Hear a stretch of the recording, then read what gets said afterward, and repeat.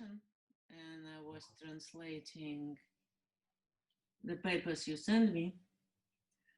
So I had some difficulties with understanding something. Yeah, well, the Chinese tradition, the Zen koan tradition, is not like, don't worry about that. Don't worry about understanding that. You know, there's a, you know, it's really about that direct feeling for reality in life. You know, it's not about something you're going to be able to work out the way we work out, you know, most things, you know. So, and particularly the old Chinese, they're pretty old, those texts. That's like in the 800s that was written. And so, and their metaphors are, you know, a little bit different, but also it's really right at the edge of what we understand. It's about how to step out of what you already understand into something that's, you know, you can feel is kind of true, you know, but how can you express it and how can you experience it more? You know, then there's a couple of things that come with awakening. It's got certain symptoms, I suppose, certain features, like you're not so worried about who you are and what's going on and stuff like that, you know. Not so frightened of death, things like that. But also feel a more kinship with people and with the world, with the, you know, anything, trees and stuff like that. So I think it's probably the same in all traditions. I just know about the Zen one. So, you know, so yeah. And so I have several questions to pinpoint what we discussed before, and a couple of personal questions which we didn't discuss yet. Very good. Good. So you told me about your kind of enlightenment experience in the childhood.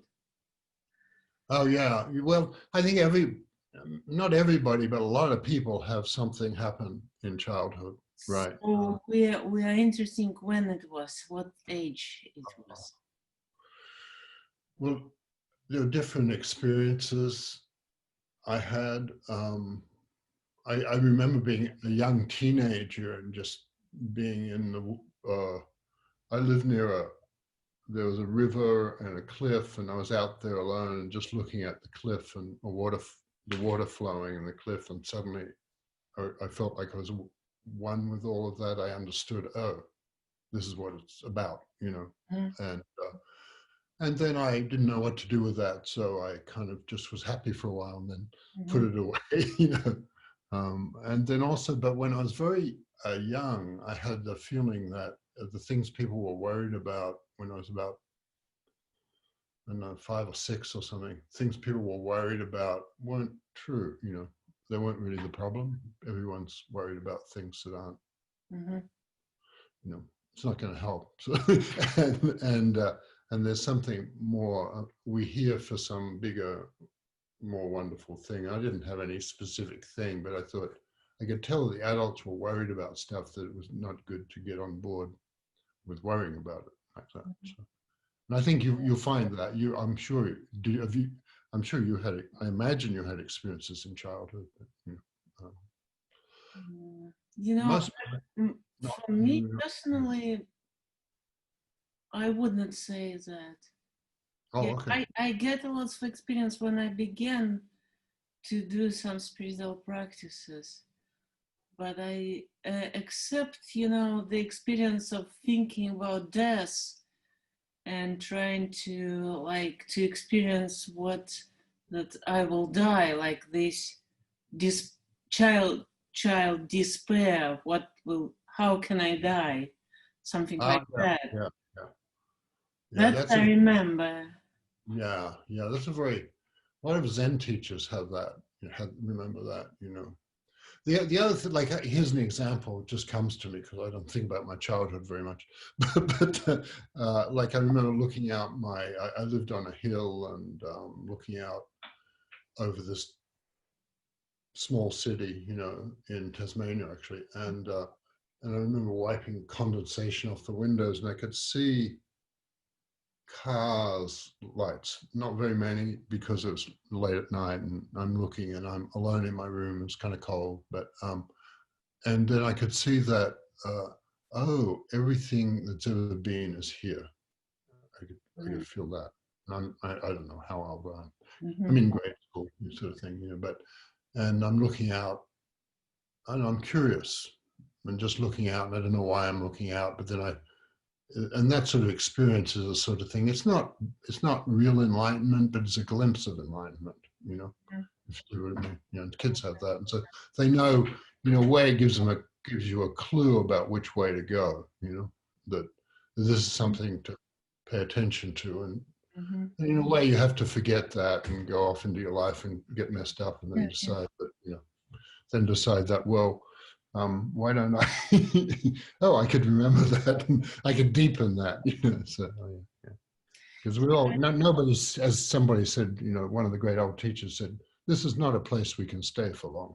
You know, so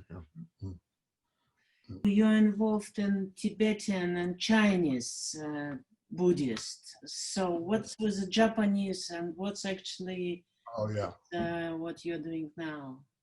Well, I just Tibetan. I'm not involved with Tibetan, although I have friends who are, you know, are Tibetan themselves, you know, in that tradition, and so I got interested in comparing it with the Zen stuff. And Zen is actually really a Chinese tradition originally. It's just that as I've gotten older, I began to see more where the Japanese came from.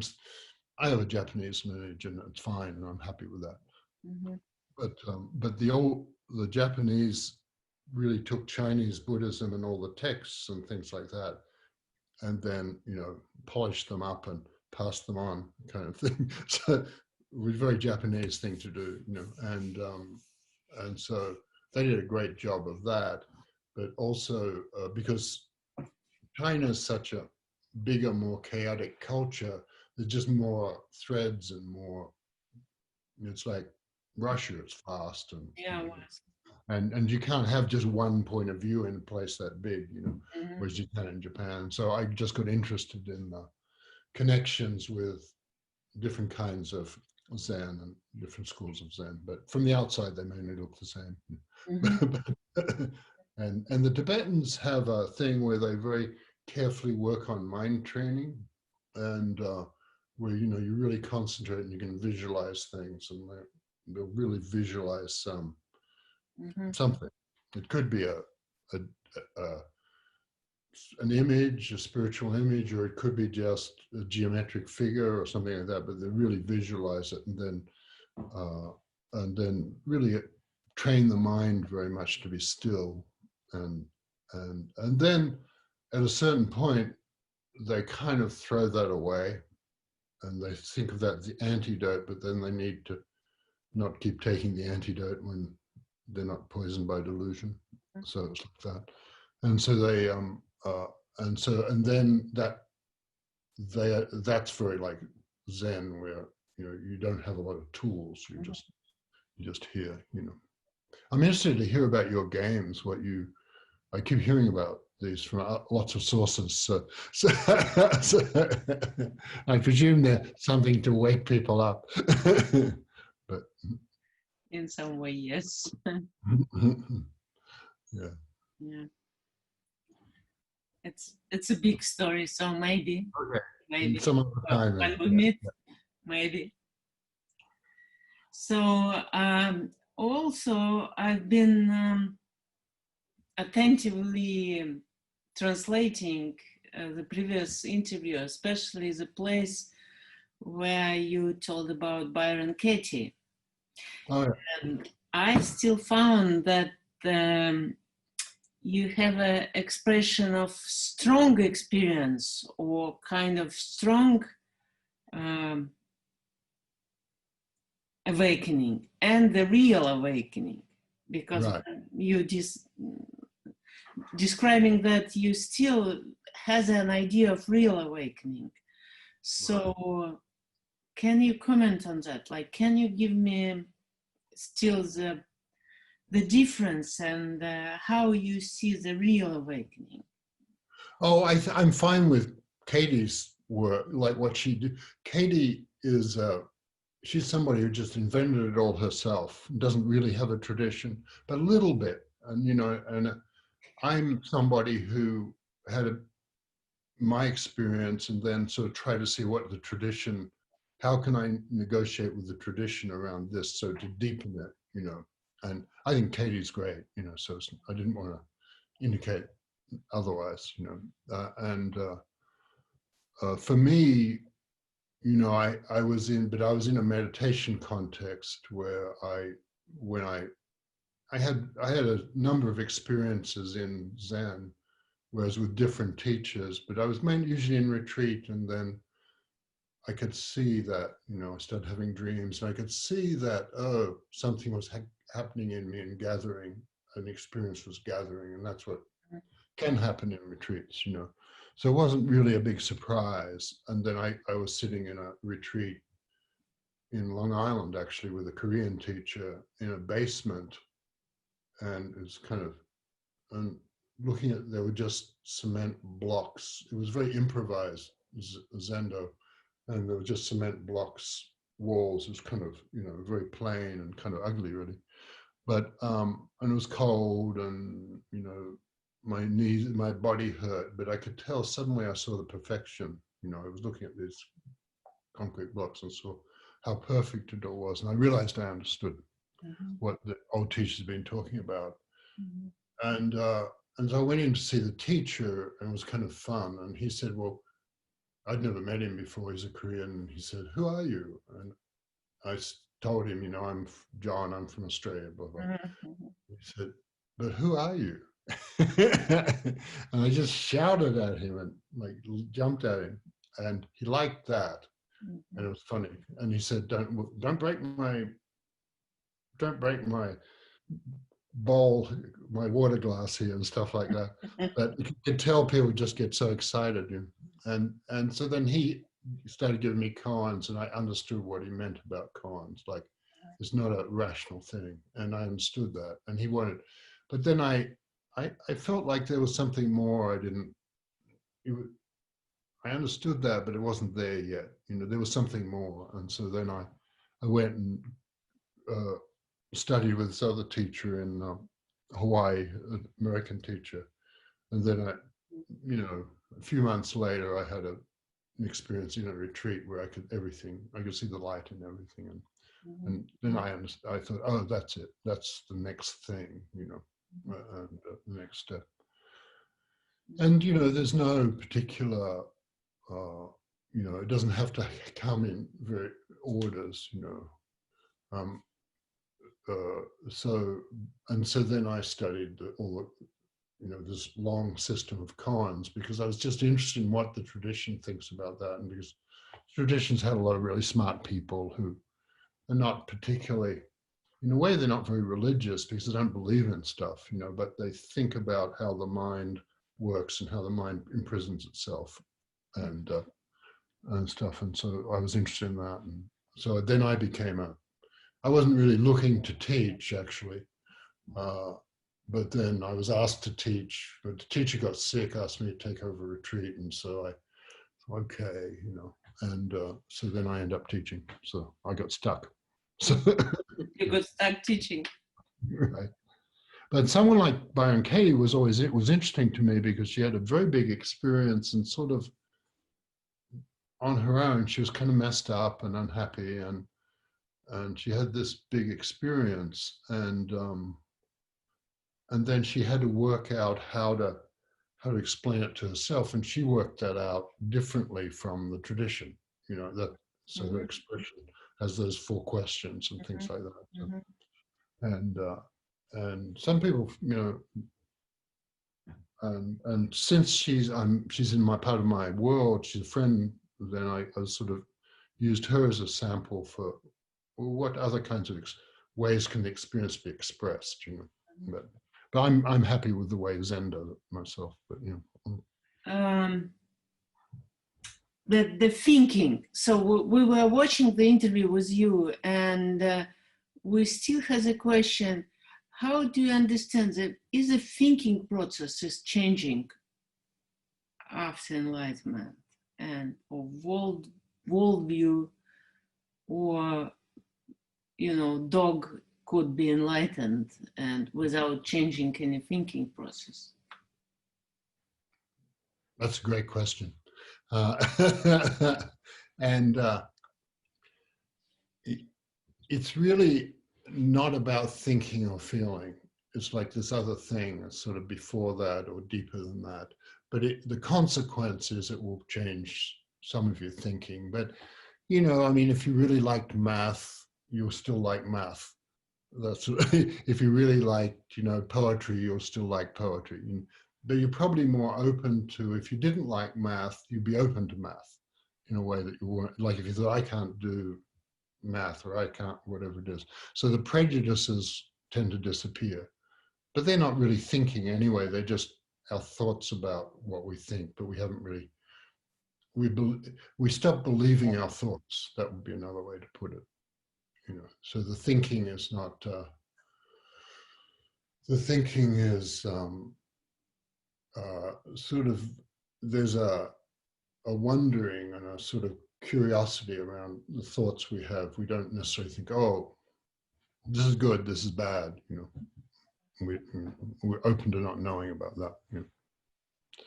Like and how about worldview? Yeah. Well, give me an example. What would you call a consequence of a worldview? Give me an example. You see, in Zen, I don't think about this a lot, so I'm probably answering in a kind of crude way, I can have materialistic worldview, and I can trust in that I'm just mainly as a matter, and I will care first about my body in this case, right, and about my possessing, about my apartment or car. Yeah. Or opposites, I can choose to be subjective worldview, idealistic, and yeah, nice, yeah. yes, You're really not really committed to a worldview, and you're probably not going to be you'll be skeptical about both those views, because they're opposites, right? And so, and so you might be you might just have a talent for money, or you might have a talent for helping people or something, and you probably follow your talent, but it's not like you think that's better, one's better than the other or something like that. It's not like those things are crucial for, the whole life of being here is here now. It's here now with this. I'm looking at you and right. And be like being here with you right now. It's still, there are many possibilities, and something I could value as a more important, and something as a less important. So this is kind of my worldview will shift. Or shift in that. And in a certain sense, it's given to us what to do. There's that feeling of, you don't make a list of, I do this is for and this is against with a decision. There's more that feeling of oh, it comes out of a deeper place. It comes out of, the Chinese talk about the Tao, you harmonizing according with this deeper force. Or the Japanese talk about that too. And the Do, like Do is Japanese for Tao. So like Aikido or something like that. And so, yeah, you're just sort of following along. Is it translation? Is it translation Do for Dao? No, it's just the way the Japanese say the word. It's the same character. But since Chinese and Japanese both based on the characters, the word for heart is a picture of the heart, that kind of thing. So the word Do has a path in it, the word Tao, Do. And the Chinese, the words are the way the Chinese unified their empire in the old days, because the pronunciations were all different, but everybody could write the same character. That's why they emphasize literacy so much. Mm-hmm. Well, that's not important for our purposes, but it's interesting. Yeah. Yeah. So the worldview, you'll notice that somebody who's had an experience, they're more amused by things and less, they don't take things themselves so seriously, and they don't take, and, if something's hard, it's hard, it'd be nice if the fires weren't burning the west coast of the United States, but they are. So, and so then, so this is our new situation. You have to have your life in that, like. And how about meaning? Like meaning. Being Russian, I want to ask this question. Yeah, go ahead. Meaning. Meaning. Well, it's also Jewish too, It's like, yeah, in some way. It's kind of nice. Yeah. Well, it's a great question, and I would say that it's the great question, but it's not answered in its own terms. The meaning of the tree is, the tree, and the meaning of my relationship to it is what it is. The meaning of connecting with you, because anytime I put a particular meaning or a particular narrative on something, I stop it in a way, but it keeps moving, and so then I'm stuck with my narrative. So there tends to be a lot of fluidity about that.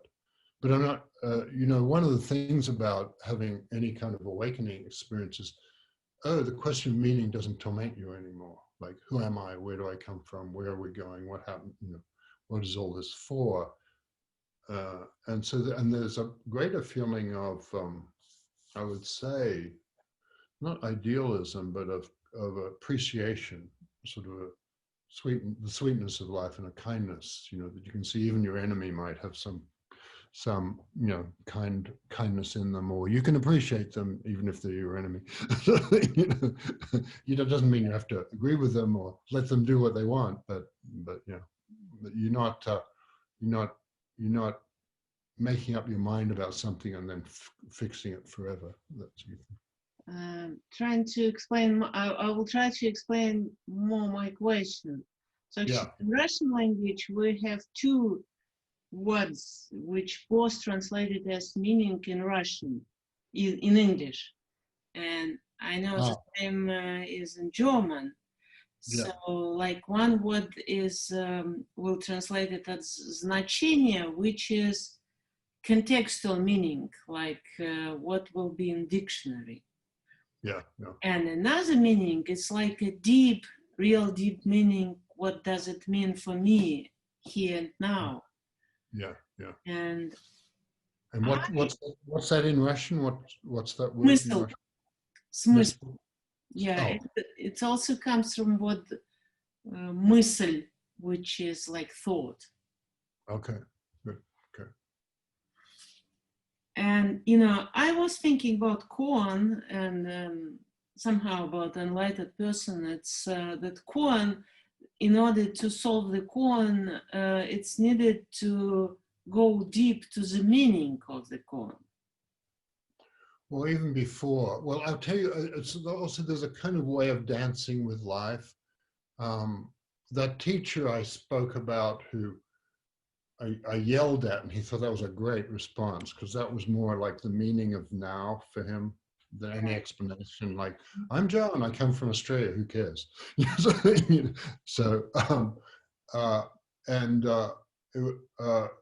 was a funny story about him. I wasn't there, but a friend of mine was there, where he and the Dalai Lama were together, and he holds out up an apple and says, "What is this?" to the Dalai Lama.